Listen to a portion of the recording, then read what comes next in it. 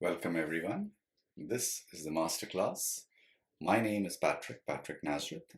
I have around 30 years of experience and I look forward to being able to dispel your doubts if you have any. Today we shall study the poem To Autumn written by the poet John Keats. John Keats was born on October the 31st in 1795, London, England. He died on February the 23rd, 1821 in the city of Rome in Italy.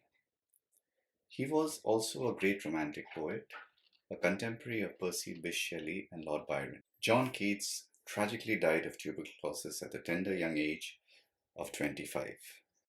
Season of mists and mellow fruitfulness, close bosom friend of the maturing sun, conspiring with him how to load and bless with fruit the vines that round the thatch eaves run. To bend with apples the mossed cottage trees, and fill all fruit with ripeness to the core. Here, Keats attempts to personify autumn. He calls it the season of mists and mellow fruitfulness. Everything changes during autumn. Trees begin to shed their leaves.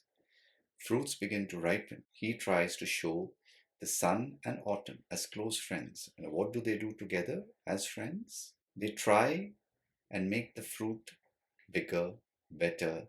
They try and make sure that grapes flourish on the vine. The trees that bear apples are laden with fruit. And all types of fruit are ripened around this time.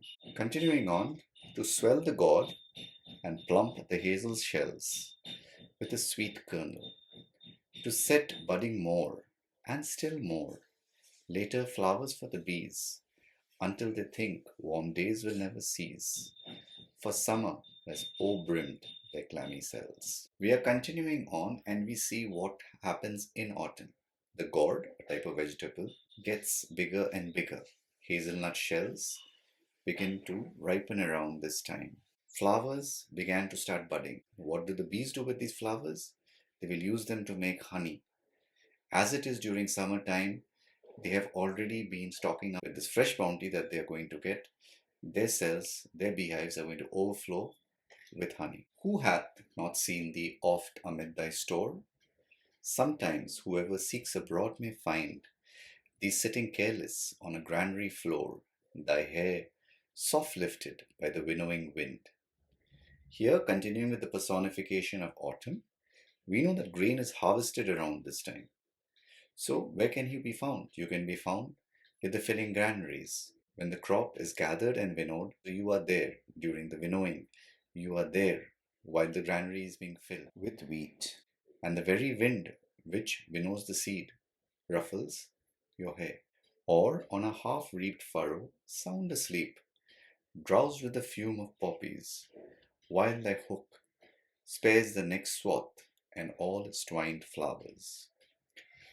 Where else will you find autumn? If you're not in the granary, if you're not in the fields, if you're not in the crops that are being winnowed, you will find them even in the furrows, half reaped.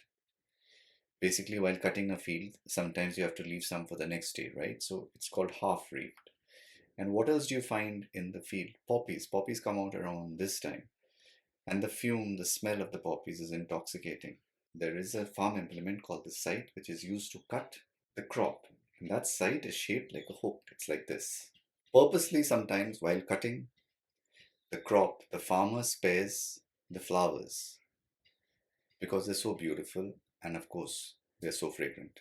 And sometimes, like a gleaner, thou dost keep steady thy laden head across a brook, or by a cider press with patient look, thou watchest the last oozings hours by hours. What is the autumn doing now? What is a gleaner? The gleaner or gleaners were historically poor people. They did not have enough food to sustain themselves. So they were protected by law. What were they allowed to do?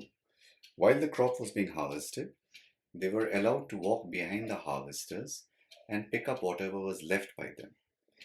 In some places, the harvesters were urged by the law to make sure there was enough food for the gleaners. So the gleaner used to pick up whatever he could, put it on his head, and laden he crosses a brook. So he has to be very careful. He doesn't want to drop anything because what he has got to last him and his family all winter and well into the next year. Or maybe you will find autumn at a cider press. What is a cider press? Apples are collected from the trees, and from the apple you make a type of wine, a type of liquor called cider. It's basically ground down. So the juice trickles out. Still the last oozings, you collect it. So basically over here, John Keats is talking about people who are poor, the reaper, the gleaner, the cider press maker. He's looking at autumn and also understanding how it is glorifying the dignity of labor. Every human being has a place in society, whether rich or poor. Just like the landowners leave some of their harvest for the gleaners, we also should look after the poor in our place. Where are the songs of spring? Where are they? Think not of them, thou hast thy music too. While barred clouds bloom the soft dying day, and touch the stubble plains with rosy hue. Then, in a wailful choir, the small gnats mourn among the river shallows, borne aloft. We have been personifying the seasons. We have been talking about the sun as a person, we're talking about autumn as a person, we're talking about summer as a person, and here we come to spring. And the poet asks, where are the songs of spring? Because spring has its own set of beauteous things and autumn has its own set. So right now we are not going to talk about spring, we are only going to talk about autumn. Both the seasons are beautiful. What do we get in the autumn? Barred clouds bloom the soft dying day. The day takes longer to fall, the night takes longer to fall. And the fields which have been reaped, the stubble still remains in the fields.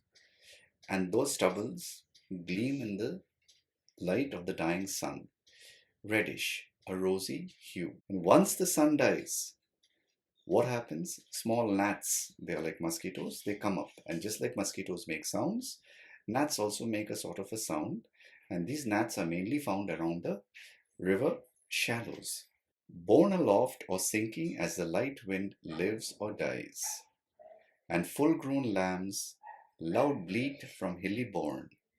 Hedge crickets sing, and now with trebles soft, the redbreast whistles from a garden croft, and gathering swallows twitter in the skies. Now we are moving on to the animals. We have spoken about the gnats. They are getting blown about by the winds. As the wind blows, it blows the gnats. And you hear the sound of full-grown lambs.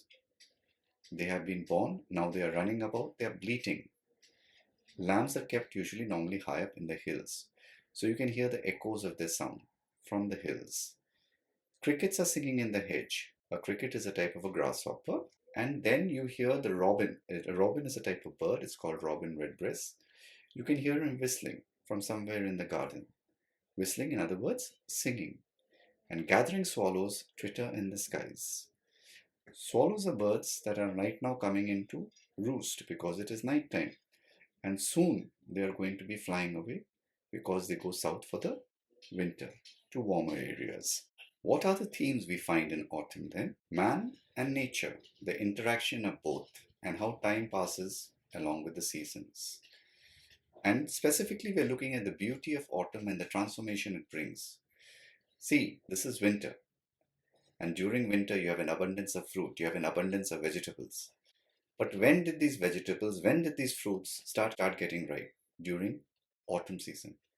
Autumn is not as much pronounced in India as it is abroad. So perhaps we don't look at autumn that well.